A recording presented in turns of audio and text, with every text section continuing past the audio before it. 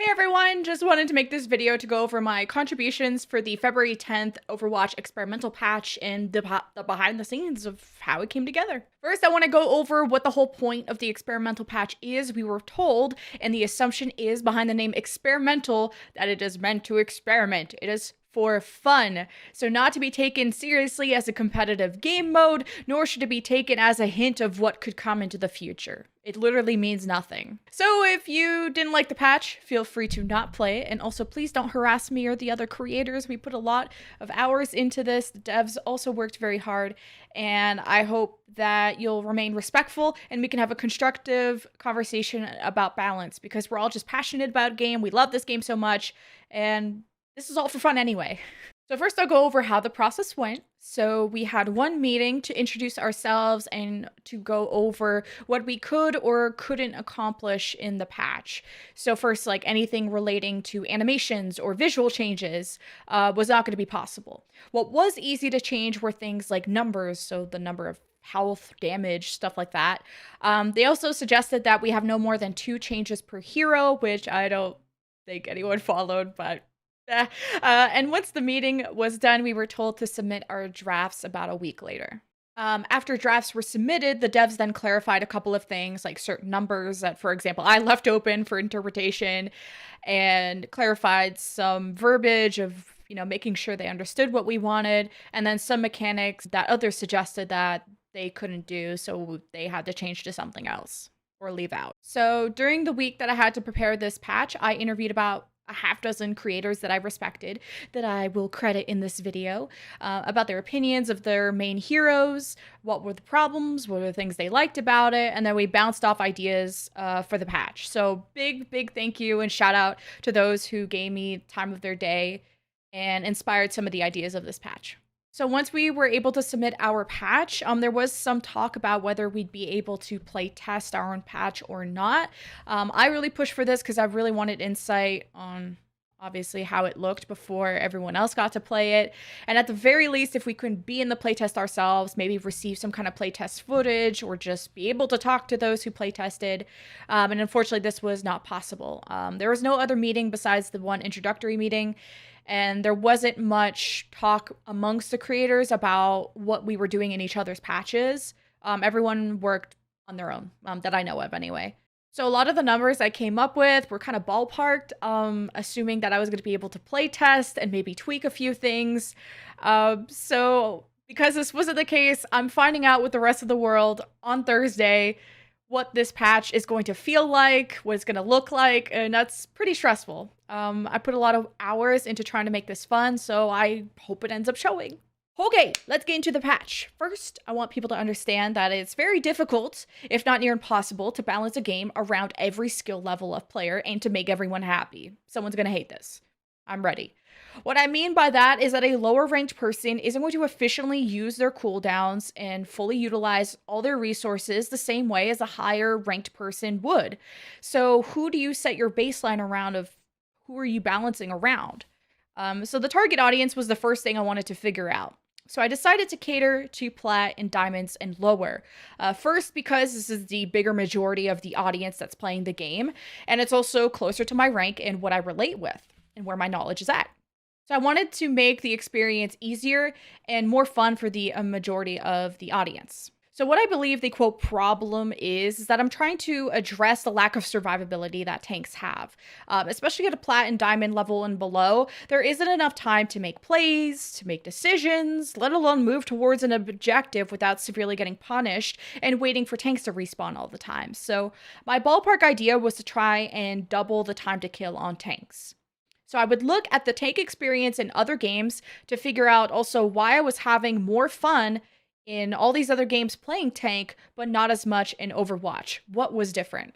So I was inspired by my love for playing tanks in League of Legends. So obviously that is a completely different game. There's a leveling system, there's itemization systems, and it makes it just incomparable to what Overwatch is like and could be like. But at least I could draw from the theory that there are 2 major sources of accomplishment as a tank. What is fun to do as a tank?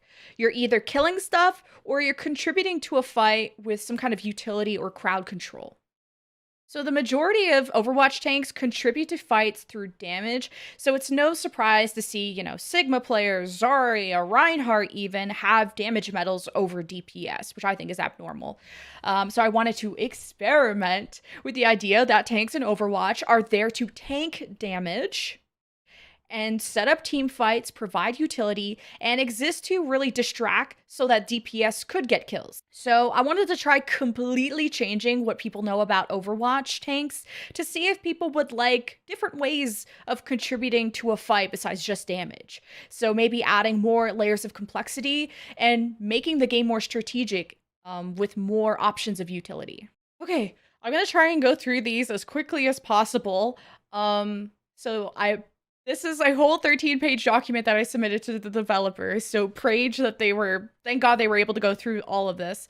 So I would put basically the 3 categories of things I wanted to change. So both the survivability, the damage, and the ability categories of tanks. So we'll start with the survivability. I'll have current and then proposed column, but we can zoom in on the proposed column. Please pause the video if you need to read it or just look at the patch notes that are linked in the description. I've doubled the armor of all tanks except D.Va and Hammond. They had no changes to their health and armor. Anyone who had shield health, this got changed to armor. And Roadhog now has armor. I split up his 600 health into 300 armor, 300 health. I chose armor because it's the best health type to reduce damage. It has a -5, I believe, on every hit.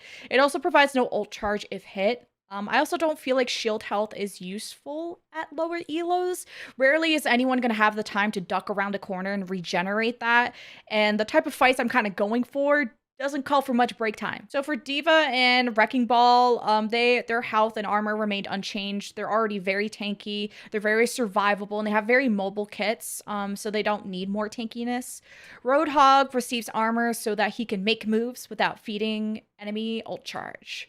And Zarya's health and armor is adjusted to be in line with the other tanks. So instead of 200, 200, it's now 300 and 300, like pretty much everyone else. So by giving tanks more survivability, I couldn't really leave the damage where it was, or tanks would just be able to walk in and kill DPS and supports way too quickly. So I suggested just a sweeping 50% reduced damage as an estimate, because I just wanted to distance tanks away from being the main damage dealers in a fight and give them some form of CC or utility for them to contribute instead of that. So instead of tanks killing stuff, they will be setting up their team to do damage and to win fights. So going back to a more traditional, true to the name style of tanking. In addition to sweeping armor changes and damage changes, I've also put in a crowd control reduction on tanks for all abilities, but not ultimates. So Cassidy flashbangs, Mei freezes, Junkrat traps, etc. Their crowd control duration is reduced by 50%.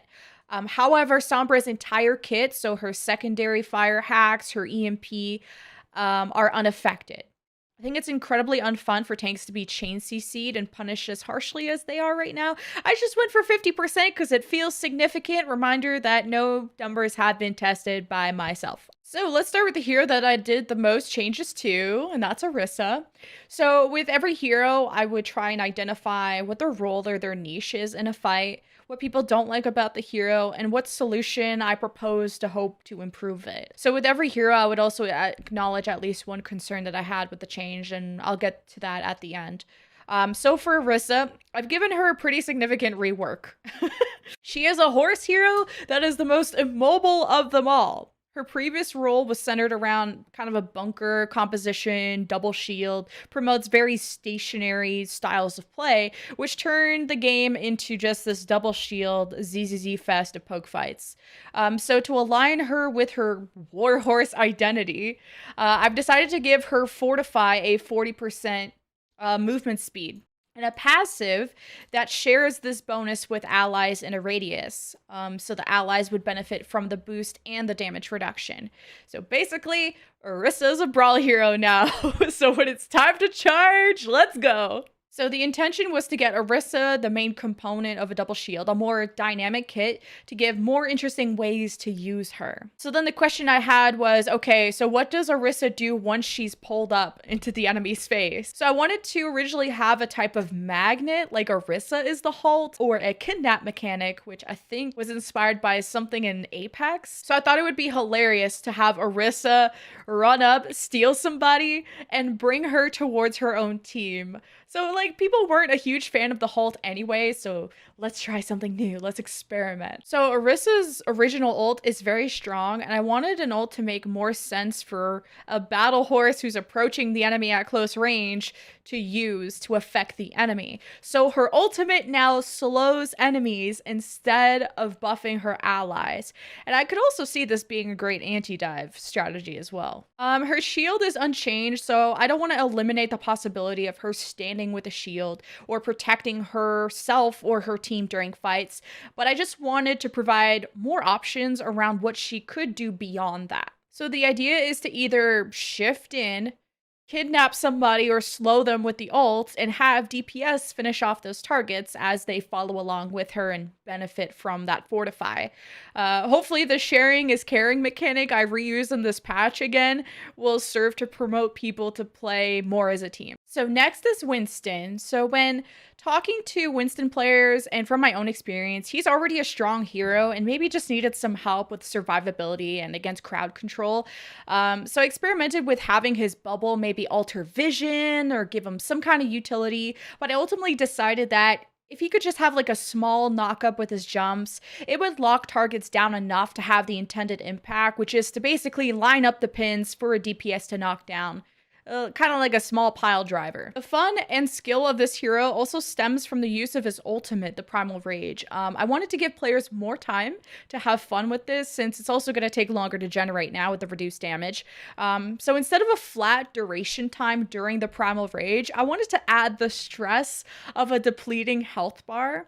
So I think of Sion from League of Legends when I think of this concept, where you're incredibly strong as the ult is popped, but that strength diminishes over time. So it adds this layer of stress to the user, but also a strategic timing for the enemy to decide when to run away and when to fight the Primal Rage. I added a charged punch to see if lower elo players who don't, know juggle mechanics anyway, would have more fun slapping people around, especially out of an area, to contribute to the chaos that Winston's ult brings. So you can now charge the Primal Rage Punch to get a further knockback out of it. So my concern here, which is shared with all the tanks, is ult generation with reduced damage.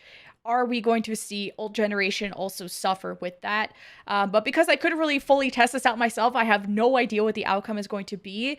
And it's very much possible that since tanks are going to be able to live longer, they could still generate ults by being in the fight longer. So who knows? Next one is D.Va. So this one was really tough because D.Va is very popular, very strong, and easy to use at all ranks that I've seen.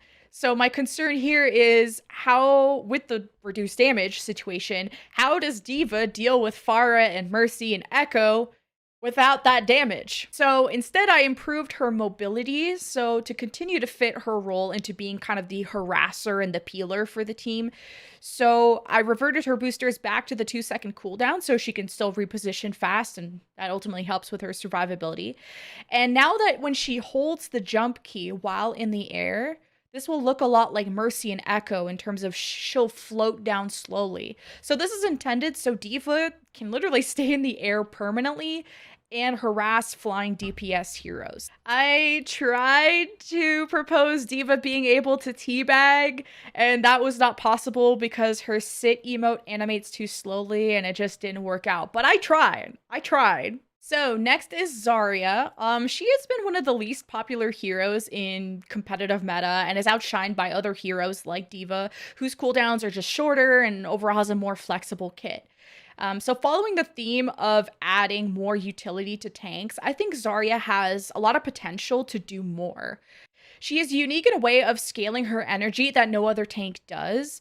Although I feel sometimes it isn't really enough time for her to scale, I wanted to make the reward of her scaling a little bit sweeter. So the bubbles she does provide are good, but could be more useful tactically. Speed, for example, is one of my favorite utilities in this game because the funnest fights, in my opinion, are the ones where there's a lot of movement, a lot of stuff going on. So with tanks being so crutched to have a Lucio player to be able to have that kind of fun, I wanted to give people more options of heroes that can provide speed.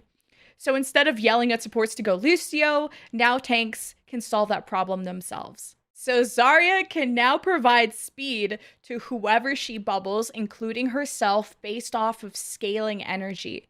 So 0.5% speed for every 1 energy point. So at 100 energy, Zarya can receive or give 50% speed. So that's a lot, but you also have to consider it takes a lot of work for Zarya to get to that point. So now Zarya can reward her team for her efforts too. She can use the speed to progress herself and Reinhardt maybe into a fight. Maybe she wants to speed her fellow Ana player out of range of a Doomfist or Wrecking Ball. Or maybe we could just launch Junkrat into the moon now. Who knows? But who knows all the interactions and, maybe creativity this could inspire. So my concern here is that her cooldowns are still very long compared to other tanks. So maybe people will still prefer to play other tanks that are more flexible. But speed is an important resource, so I'm hoping that's the attractive part about Zarya now. So next is Reinhardt. This one is tough because he's already like the strongest brawl hero in Overwatch and is often just limited by the team around him. By that, I mean what type of off tank is playing with the Reinhardt, who's enabling him, is there a Lucio present to speed boost him? What makes him unfun really is just how dependent he is on other people. And at Diamond and below ranks, a bad Reinhardt just ruins games. So with reducing damage, I needed to find utility that Reinhardt could provide. I really like Ana's healing reduction utility and think he could use a weakened version of it. So instead of his Fire Strike being a full anti-heal, it's only a 50% healing reduction. So I chose this because the Fire Strike is a shorter cooldown than Ana's Biotic Grenade, and I didn't want to overstep too much into Ana's niche. So I'm thinking it could be a good fight trigger to Fire Strike and then charge and move in from there. So speaking of his charge, this was a weird ability to look at. At lower elos, charge is honestly a death trap. To see any Reinhardt use this ability, they're gonna die. But this isn't a problem at higher elos because they're smarter. So calling back to the point of balancing a patch for different audiences is very tough. So from feedback I've gotten from Reinhardt players, the ability is still very much loved, but could just be improved to be easier to use.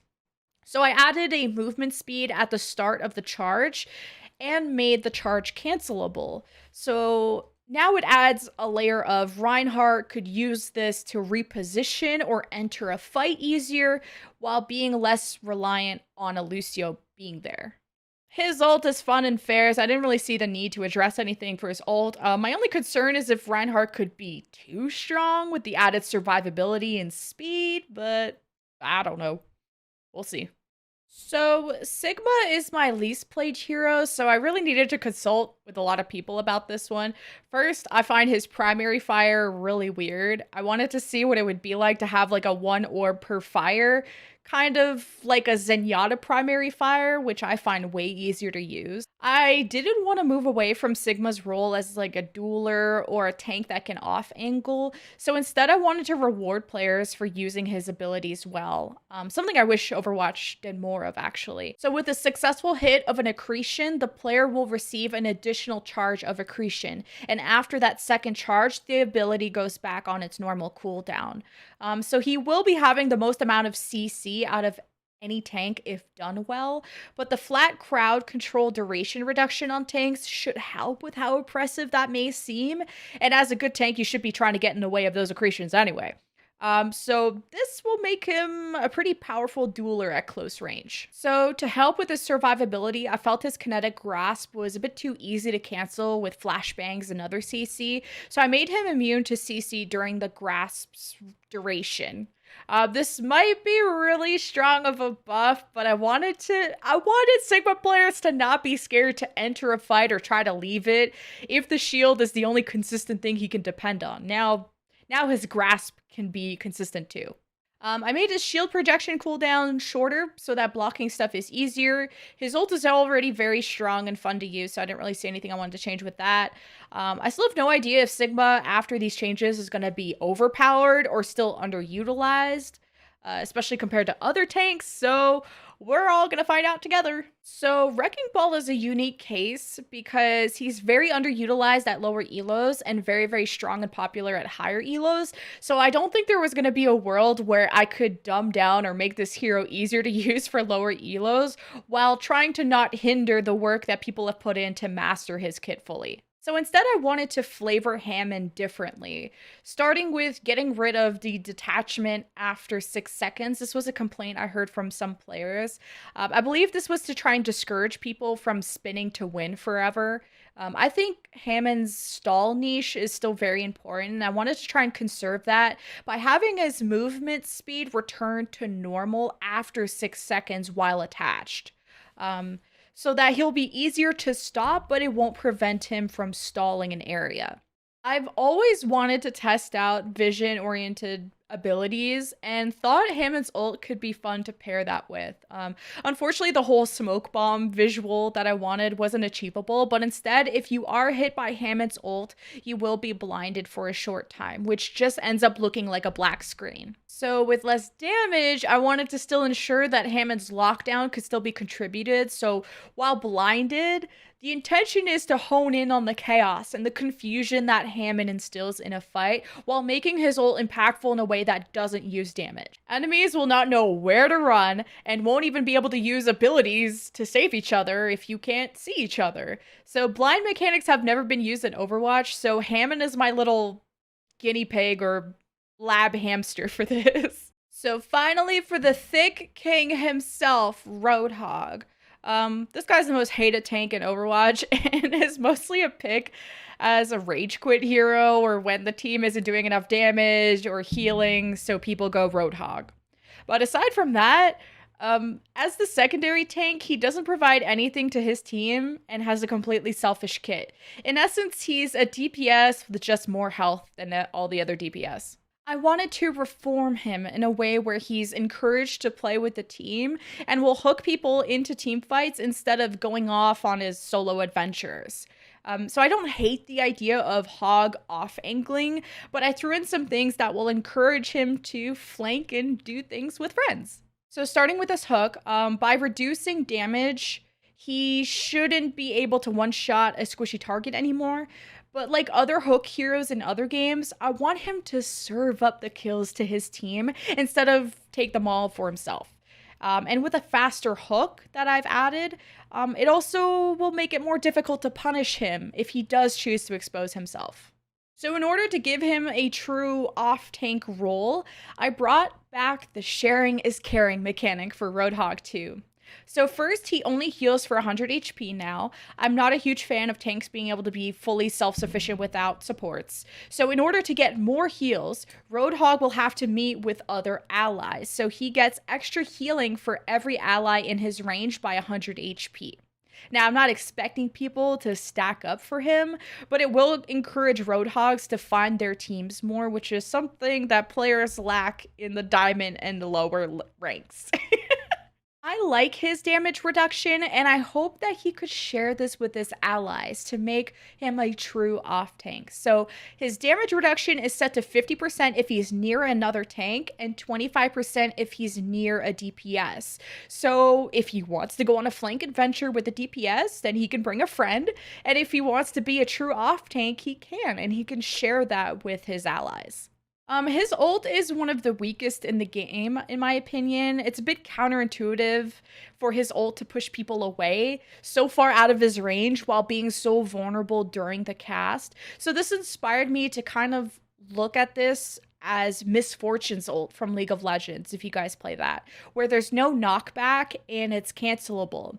So this will make Roadhog's timing on his ultimate very crucial, as players will have to physically walk out of his ult to avoid it instead of get knocked out of it, and if he uses it too close, he will be able to cancel it, which rewards him with surviving, but also punishes him since he wasted his ult and got nothing done. So this may make him a very strong adversary when it comes to his niche, which is anti-dive metas. So my concern is that the damage nerfs will make him maybe unviable and unpopular compared to the other picks, but I hope that a more supportive type of kit will inspire more team play and setups for his team on a flank or frontline base. So I learned a lot from this experience in just how difficult and how truly rough it is to balance a game as dynamic as Overwatch is. There's so many interactions, roles, variables, skill levels to take into account. And I was tasked with experimenting with a role that a lot of people have problems with, and I hope that insight into my reasoning will help anyone watching this understand maybe the vision I was going for. So the vision may be good, but I know with a lot more time playtesting it could have turned out more amazing. And I hope everyone understands the limited bandwidth that was available for this, and that the patch is supposed to be experimental, it's supposed to be fun, and not taken as anything that will be used in the future. A team of amazing people put a lot of time into this, and I really appreciate the opportunity. And I'm not the person you all expected to handle takes. It's such an enormous task, and heck, I wasn't expecting to be chosen either. But I did my best to work as hard as I could over that week to learn and make this the best that I could. So please give the patch a playthrough before rushing to my comment section with such hate. I will be learning along with the rest of you when this releases how this will all feel, because I have no idea whatsoever. It's an experiment. So enjoy, and thanks for watching, everyone.